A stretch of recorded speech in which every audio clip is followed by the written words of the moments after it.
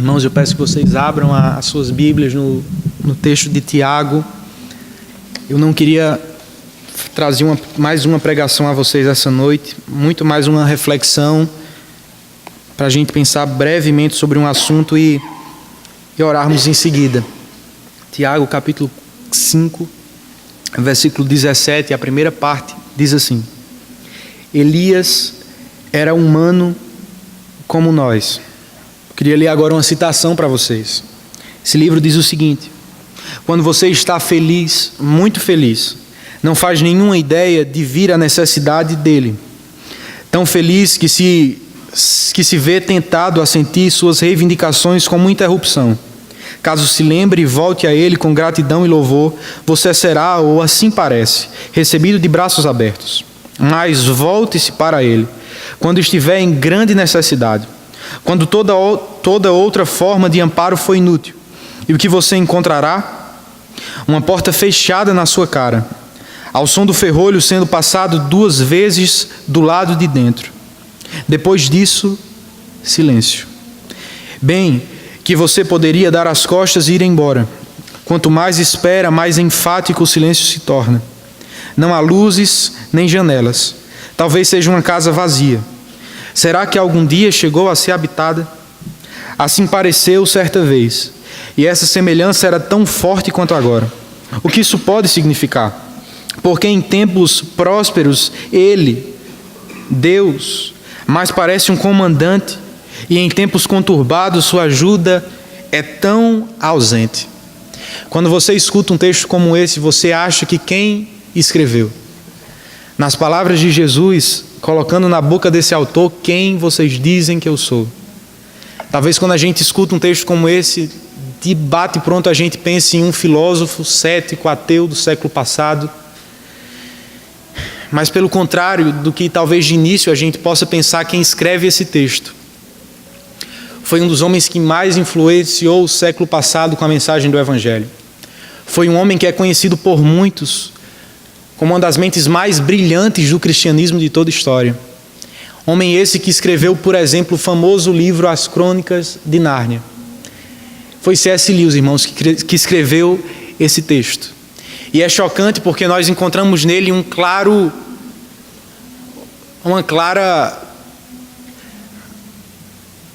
pensamento contrário quanto a Deus. É chocante encontrar em Lewis esse tipo de reação diante de Deus, mas é exatamente isso que ele escreve, era exatamente assim que ele se sentia. Ele havia perdido a esposa há pouco tempo, se não estou enganado, com câncer, e ele escreve essa obra demonstrando o profundo grito que o seu coração estava naquele momento. Eu acho que em certo aspecto esse texto de Lewis, ele é benéfico para os nossos dias, porque ele mostra a verdade como ela de fato é. Eu gosto muito de biografias missionárias, irmãos, mas por um lado tende a ser perigoso, porque muitas delas mostram apenas o lado positivo das pessoas. Elas mostram os momentos de fé, os momentos de grande temor a Deus, os momentos de grande alegria no Senhor, mas poucas delas, poucas vezes, mostra o homem como ele de fato é, porque nem em todos os momentos nós estamos assim. Nós estamos alegres, nós estamos contentes, nós estamos felizes, o nosso coração queima por Deus. Por vezes o sentimento do nosso coração é exatamente esse. E é algo muito mais parecido com Lewis do que com muitos outros biógrafos dos nossos dias, que eu encontro na Bíblia o testemunho também. A Bíblia apresenta diversas biografias que se parecem muito mais com a dele do que com aquelas que talvez estejamos acostumados nos nossos dias. Eu queria falar para vocês hoje sobre 3 homens de Deus. Como a Bíblia apresenta a vida desses 3 homens de Deus. O primeiro deles, Elias. O segundo, Davi, e o terceiro, Pedro. O texto que acabamos de ler, o texto de Tiago, capítulo 5, nos diz o seguinte: Elias era humano como nós. Se você abrir a sua Bíblia no livro de 1 Reis, capítulo 17, estou compartilhando com vocês basicamente minha devocional de hoje de manhã. 1 Reis, capítulo 17, nós encontramos no primeiro versículo, 1 Reis, capítulo 17, o texto diz: Ora, Elias de Tibe, em Gileade, disse a Acabe: Juro pelo nome do Senhor, o Deus de Israel, a quem sirvo, que não cairá orvalho nem chuva nos anos seguintes, exceto mediante a minha palavra. Elias era um homem de uma cidade simples que foi retirado do seu povo com um chamado. O chamado de Elias era basicamente pregar o evangelho, pregar a ordem de Deus a um rei tirano, cruel, sanguinário, idólatra. E Elias o faz. Elias se coloca diante de Acabe e grita a ele: Acabe, o seu reino, Israel, passará por 3 anos de seca. É esse o modo como nós encontramos Elias ser introduzido na Bíblia. E entendendo o que significava seca naquele tempo, Elias, em outras palavras, está dizendo a Acabe: Acabe, eu profetizo, ele podia, sobre você destruição. O Senhor destruirá o seu reino, o Senhor julgará o seu reino. Elias se coloca diante de Acabe com grande coragem, irmãos. Em seguida, nós encontramos outra foto de Elias. Depois de pregar a Acabe, Elias se dirige agora a uma espécie de deserto, a uma espécie de esconderijo. Demonstrando grande fé em Deus, aquele homem passa a ser alimentado por corvos. Animais vêm ao encontro de Elias, alimentam a ele, em sequência vão embora, e assim Elias passa por uma boa parte de tempo. Novamente o Senhor se achega a Elias e ordena que ele fosse novamente a Acabe, ou melhor dizendo, que ele fosse em direção ao encontro de uma viúva. Quando Elias chega ao encontro da viúva, pede alimento, como vocês já devem ter muitas vezes escutado essa história. Aquela mulher viúva de Sidom dá o alimento a ele, mas logo em sequência um fato ocorre. O filho daquela mulher morre. Misteriosamente o menino morre. E a mulher grita a Elias, ao profeta, basicamente, em outras palavras: por quê?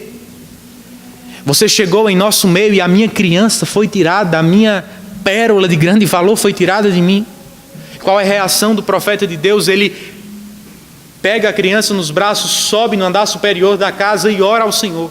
Por 3 vezes o texto de 1 Reis nos mostra que ele pede ao Senhor vida àquela criança. E como resultado, aquele que estava morto como Lázaro ressuscitou. Em outros momentos nós encontramos Elias agora saindo da casa da viúva de Sidom, indo em direção a Obadias. Ou melhor, ele está indo em direção a Acabe, no meio do caminho se depara com Obadias, o braço direito de Acabe. E o texto nos mostra algo interessante também, irmãos, sobre este encontro.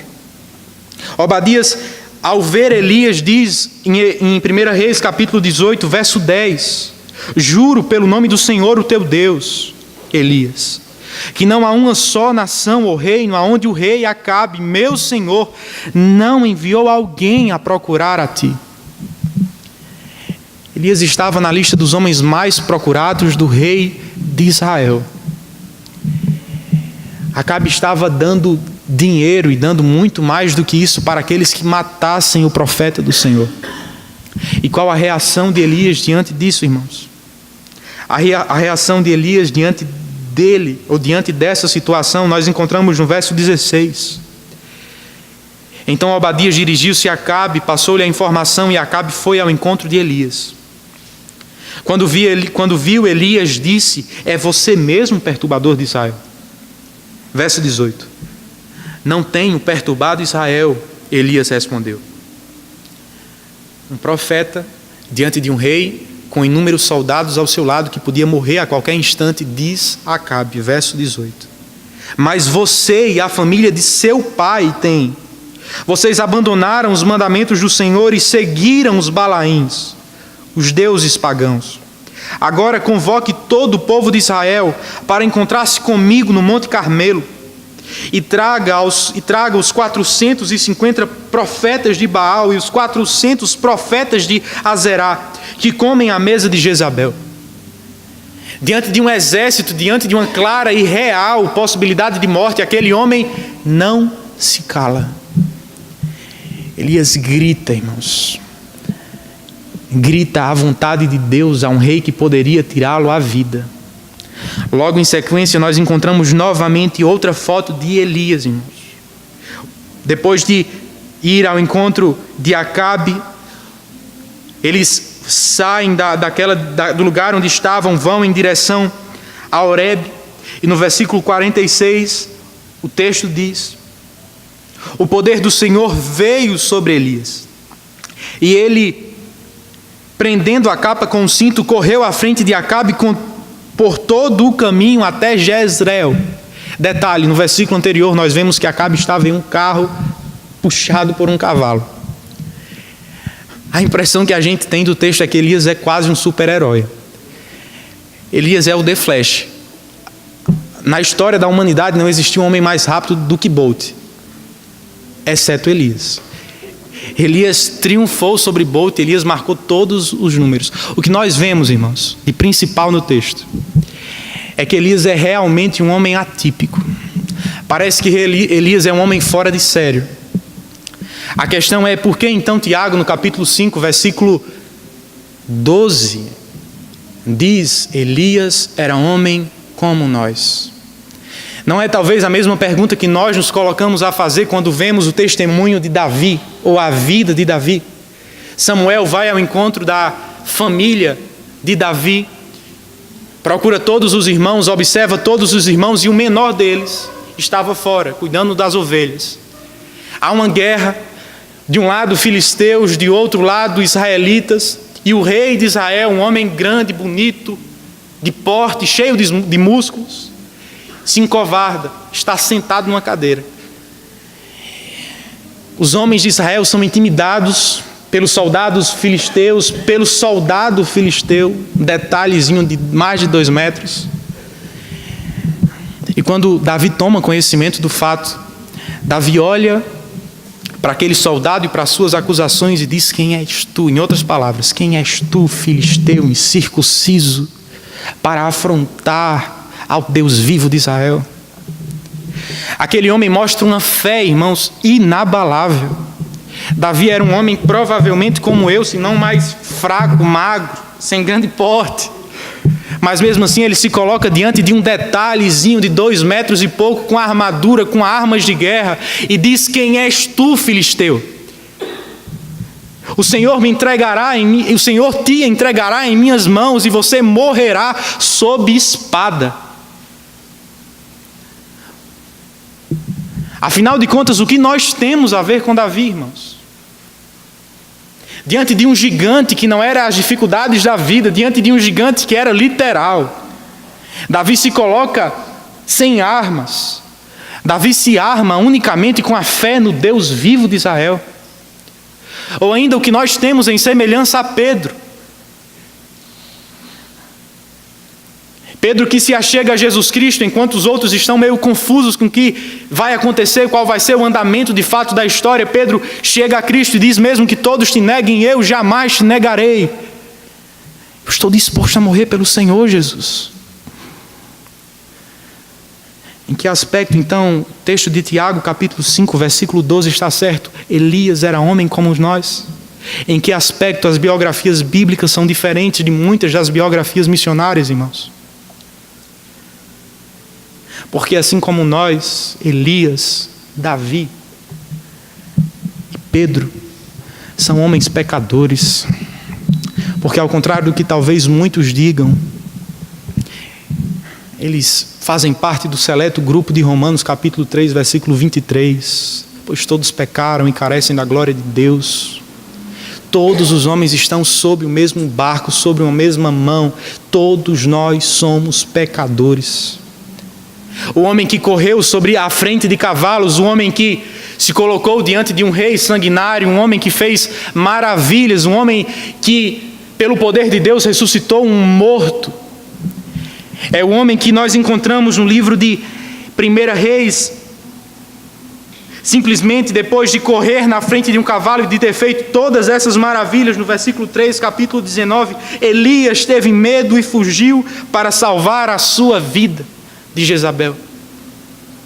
Elias se colocou como um homem diante de Acabe, mas tremeu diante de Jezabel, fugiu, correu. É o mesmo que nós encontramos em Davi, irmãos. Davi se colocou como guerreiro na frente de Elias, mas tremeu e se dobrou diante das curvas de Batseba. Diante do coração enganoso, ele não conseguiu resistir antes, ele fraquejou. É o mesmo que nós encontramos também em Pedro. O homem que olhou para Jesus Cristo dizendo: Senhor, mesmo que todos te abandonem, eu jamais te negarei. É o homem que diante da serva do sumo sacerdote, por 3 vezes disse: eu não conheço a Jesus Cristo, eu não o conheço. Eu não conheço de fato, mulher. E ao ser cercado pelos olhos de Jesus, ele se viu como Adão no Éden, nu. Irmãos, todos nós somos de fato assim. Todos nós somos pecadores. É nesse aspecto que todos nós somos como Elias. Nós não podemos confiar nas nossas próprias mãos, portanto. Acredito que essa é uma conclusão óbvia que o texto nos mostra. Assim como esses homens, nós não temos nada em nós mesmos que possa nos dar garantias diante de Deus. Nós não somos suficientes em nós mesmos, nós não somos fortes em nós mesmos, nós carecemos da graça de Deus. E por vezes é isso que nós temos ou somos tentados a esquecer. Foi isso que os Gálatas esqueceram diante da promessa ou diante da mensagem dos judaizantes. Paulo pregou em Atos capítulo 13 e Atos capítulo 14 que eles eram salvos pela graça, mas o que acontece? Os judaizantes chegam na cidade, pregam outro evangelho que dizia para a salvação Jesus Cristo, mas também alguma coisa. E aqueles homens que abraçaram o evangelho agora estavam se dobrando diante de Jesus mais alguma coisa, que era os seus próprios esforços, que era a marca do corpo, que era obras externas. O que Paulo grita aos ouvidos dos Gálatas em Gálatas capítulo 1: quem os enfeitiçou, ó Gálatas insensatos, para vocês trocarem este evangelho da graça por outro evangelho que não é evangelho coisíssima nenhuma. Nós dependemos da graça, irmãos de Deus. Nós nos relacionamos com Deus pela graça de Deus, porque ao contrário do que talvez muitos falsos pregadores tentem dizer, não existem grandes homens de Deus. Não é verdade. Existem homens pequenos, falhos, pecadores, que falham em seus casamentos, que falham em coerência, que pregam uma mensagem mais um mês depois, eles se veem incoerentes diante daquilo que eles próprios pregaram. Homens que pregam uma mensagem 1 ano atrás, mas quando leem os seus sermões e observam as suas vidas, não encontram completa compatibilidade entre as duas coisas. Homens que nem sempre conseguem ser tudo que deveriam ser. Todos nós somos pecadores. Existem homens pequenos, grandemente usados na mão de um Deus todo-poderoso. Nós precisamos da graça de Deus. A terceira coisa que nós temos em comum com Elias, com Davi e com Pedro, é exatamente isto: carecemos da graça de Deus. E quando eu escuto essa notícia, quando eu penso no meu caso, quando eu lembro do caso de vocês também, que é igual ao meu, eu me alegro na mensagem que estudamos quarta-feira. Hebreus capítulo 4, versículo 15 e 16. Pois não temos um sumo sacerdote que não possa compadecer-se das nossas fraquezas, mas sim de alguém que, como nós, passou por todo tipo, grife isso na sua Bíblia, todo tipo de tentação, porém sem pecado. Assim, a reação óbvia de quem tem um sumo sacerdote como Cristo, de quem é pecador como Elias, Davi e Pedro: aproximemo-nos do trono da graça com toda a confiança, a fim de recebermos misericórdia e encontrarmos graça que nos ajude em momento de necessidade. Você é um pecador como Davi, Pedro e Elias, como eu e como todos nós aqui. Se aproxime do trono da graça que Cristo abriu através da cruz do Calvário. Irmãos, que essas 3 grandes verdades que temos em comum com esses 3 pequenos homens de um grande Deus, que enche o nosso coração de esperança. E pensando, encerrando e levando isso em oração com vocês, me vem à mente a resposta que um desses pequenos homens de um grande Deus respondeu diante de sua queda, diante de sua instabilidade, diante do seu pecado. Eu vou ler o texto e vou ressaltar 3 pedidos de oração, porque a gente possa orar juntos por isso. Foi a queda de Davi, irmãos. E como Deus mostrou graça a ele no Salmo 51. O clamor de Davi. Tem misericórdia de mim, ó Deus, por teu amor, por tua grande compaixão, apaga as minhas transgressões, lava-me de toda a culpa e purifica-me do meu pecado. Primeiro motivo de oração, irmãos. Senhor Jesus, por favor, Senhor, faz isso com nossas vidas, Senhor. O Senhor nos conhece tão bem, Jesus. O Senhor nos vê por fora, o Senhor nos vê por dentro. Senhor Jesus, perdoa os nossos pecados, como o salmista clama a Ti, Senhor. Pois assim como Ele, nós temos pecado contra o Senhor, Jesus. Nós temos falhado contra Ti, Senhor. Ó Jesus, se o Senhor olhar para a nossa vida, Jesus, se o Senhor orar, se o Senhor julgar cada um de nós, por nós mesmos, quem pode escapar, Jesus, do Teu julgamento? Quem pode se dizer inocente, Pai, diante do Teu juízo, Senhor? Jesus, por isso que nós clamamos por Ti, Senhor. E nos lembramos, Senhor, que isso só é possível por conta do Senhor. Nós temos perdão, nós podemos ser perdoados, a nossa culpa pode ser ainda hoje lavada, Senhor, por conta de Cristo Jesus na cruz do Calvário. Pai, alimenta o nosso coração com essa esperança, levanta os caídos, perdoa os pecadores, perdoa cada um de nós, Pai. Purifica da nossa culpa, Senhor. Coloca em nossos lábios louvores de alegria, Senhor. Mas talvez agora seja motivo de lamento diante de Ti, de choro e não de riso. Senhor, nos faz chorar, Senhor. De verdade, Jesus, nos faz chorar. Perdoa a nossa culpa, Senhor. Por conta de Cristo, aceite-nos na Tua presença. Pois eu mesmo reconheço as minhas transgressões e o meu pecado sempre me persegue. Contra Ti, só contra Ti pequei e fiz o que Tu reprovas. De modo que justa é a Tua sentença e tens razão de condenar-me. Sei que sou pecador desde que nasci, sim, desde que me concebeu minha mãe. Sei que desejas a verdade no íntimo e no coração me ensinas a sabedoria. Purifica-me como hisopo e ficarei puro. Lava-me e mais branco do que a neve serei. Faze-me ouvir de novo júbilo e alegria. E os ossos que esmagastes exultarão. Esconde o rosto dos meus pecados e apaga todas as minhas iniquidades. Cria em mim um coração puro, ó Deus, e renova dentro de mim um espírito estável.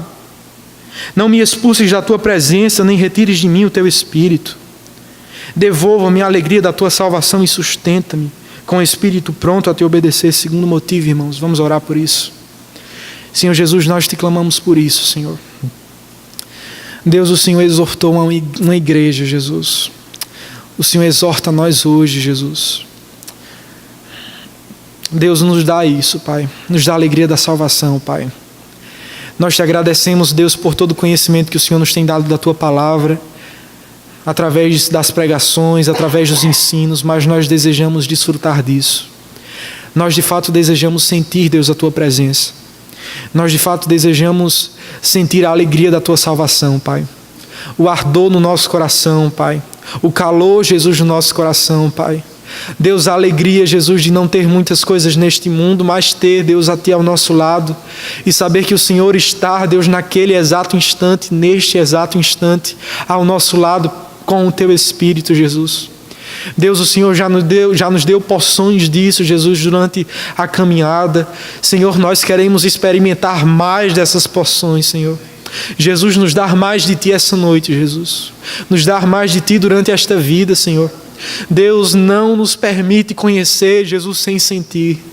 Senhor, assim como não nos permite sentir sem Te conhecer, Jesus. Deus, nos dá destas duas coisas, pois delas precisamos, Pai. Deus, aquece os nossos corações, dá alegria, Pai, aos nossos corações, a alegria da Tua salvação, Pai. Quando um dia nos enxergamos como pecadores, Jesus, mas também nos sentimos amados na cruz do Calvário, nos sentimos amados pelo Senhor, Pai, com amor que nunca tivemos na vida, com amor que jamais experimentamos antes. Jesus, por favor, Jesus, relembra essa alegria na nossa vida, Senhor. Relembra, Jesus, como é estar alegre só por Te ter, só por estar contigo, só por sentir que o Senhor está ao nosso lado, Pai. por ser relembrado do Teu Evangelho, Jesus, e sentir o peso disso, a alegria disso, Senhor. Deus, renova essa alegria na nossa alma, Senhor, renova essa alegria na nossa vida hoje, Senhor. Por favor, Senhor, perdoa os nossos pecados, Jesus. Perdoa a nossa culpa, perdoa por termos apertado tão fortemente a mão do pecado, Jesus. E pouco a pouco termos soltado, Jesus, a Tua mão. Obrigado, Jesus, porque a nossa esperança está no fato que o Senhor não soltou a nossa, Pai. O Senhor jamais soltará as nossas mãos, Pai. O Senhor vem nos resgatar, Jesus, o Senhor nos promete isso, Pai. Nos resgata mais uma vez essa noite, Pai. Resgata os Teus filhos, Pai. Resgata Felipe, resgata Carol, resgata Lucas, Pai. Deus, resgata Levi e Bruna, Senhor. Jesus, resgata Tiago e Anusca, Senhor. Jesus, resgata os irmãos que oramos agora, Senhor. Jesus, dá novamente alegria no coração destes irmãos. Que a obra do Senhor não seja peso, Senhor, mas que seja, Deus, um efeito de um coração alegre em Ti, de um coração que exulta no Senhor, de um coração que, Deus, que um coração que Te tem por precioso, Jesus, um coração que entende o Teu valor, Jesus, um coração que se alegra no Teu valor, Senhor. No nome de Jesus, faz isso, Senhor. Faz isso conosco, Senhor, faz isso com a nossa casa, Senhor. Tira da nossa frieza, Jesus, nos livra da apatia, Senhor. Jesus, nos livra da vida cristã sem graça, Jesus, que temos vivido. Da vida cristã fria, Jesus, da vida cristã sem sabor, Pai. Da vida cristã, Jesus, com muitos livros, mas com pouco senso do divino na nossa vida, Pai. Oh, Jesus, nos desperta, Senhor. Com Tua graça nos desperta, Senhor. No nome de Jesus, Pai, faz isso, Senhor. No nome de Cristo nós te oramos. Então ensinarei os teus caminhos aos transgressores, para que os pecadores se voltem para ti. Terceiro pedido, irmãos. Senhor Jesus, volta os nossos corações para os perdidos, Pai. Senhor Jesus, se nós não temos pregado é porque nós não temos bebido do Senhor tanto, Pai. Senhor, nós te pedimos que o Senhor incline nosso coração, Pai, para aqueles que não te conhecem, Jesus. Há pessoas tão longe que não te conhecem, mas há pessoas perto também que ainda não escutaram a teu respeito. Senhor, eu quero te pedir perdão pelos meus pecados, pelo meu silêncio. O Senhor sabe onde eu tenho falhado. Perdoa os nossos pecados como igreja. Perdoa, Jesus, os nossos pecados como família. Jesus, no nome de Jesus, Pai, nós, no Teu nome, Senhor, nós te clamamos para que o Senhor volte os nossos passos, Pai, para aqueles que não te conhecem, Pai. Deus, abra a nossa boca, Senhor. Coloca a Tua voz, Senhor, na nossa boca, Senhor. Deus, e anuncia, Jesus, através de nós a Tua palavra. Senhor, torna o Teu nome conhecido por meio de nossas vidas, Pai. Deus, no nome de Jesus, restaura o fervor evangelístico, Senhor. Restaura o desejo de ver vidas sendo salvas, vidas estando em nosso meio, Pai, pessoas que não te conheciam agora passando a te conhecer.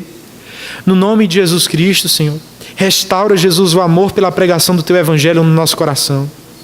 Senhor, o Senhor nos conhece tão bem, Pai. Nós podemos conhecer muito sobre a necessidade da evangelização e mesmo assim não estar pregando, Pai. Tem misericórdia, Senhor. Tem misericórdia de mim, Senhor. Tem misericórdia do Teu povo, Jesus. É no nome de Cristo que nós te oramos e te clamamos por transformação, Senhor, em nossa igreja, em nossas vidas, em nossa família, Pai. Amém. Livra-me da culpa dos crimes de sangue, ó Deus, Deus da minha salvação, e a minha língua aclamará a Tua justiça. Ó Senhor, dá Tuas palavras aos meus lábios e a minha boca anunciará o Teu louvor. Não te deleites em sacrifícios, nem te agradas em holocausto, senão eu os traria. Os sacrifícios que agradam a Deus são um espírito quebrantado, um coração quebrantado e contrito. Ó Deus, não desprezarás. Por Tua boa vontade faz Sião prosperar, ergue os muros de Jerusalém. Então te agradarás dos sacrifícios sinceros, das ofertas queimadas e dos holocaustos. E novilhos serão oferecidos sobre o altar. Amém.